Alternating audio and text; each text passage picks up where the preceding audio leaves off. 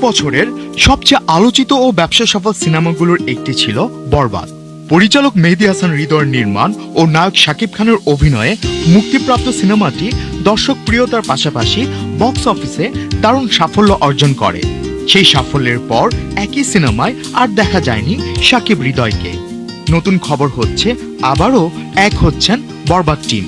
Real এনার্জির নতুন সিনেমায় বৃহস্পতিবার আনুষ্ঠানিকভাবে চুক্তিবদ্ধ হয়েছেন ঢালিউডের শীর্ষ তারকা শাকিব খান। বিষয়টি নিশ্চিত করেছে প্রযোজনা প্রতিষ্ঠান, যদিও নতুন সিনেমাটির নাম কিংবা গল্পের আভাস দেননি নির্মাতা। প্রযোজনা প্রতিষ্ঠান জানিয়েছে শীঘ্রই আনুষ্ঠানিকভাবে সিনেমাটির ঘোষণা দেওয়া হবে। জানা গেছে নতুন এই সিনেমাটি 2027 সালে ঈদ উল ফিতরকে সামনে রেখে নির্মাণের পরিকল্পনা করা হচ্ছে।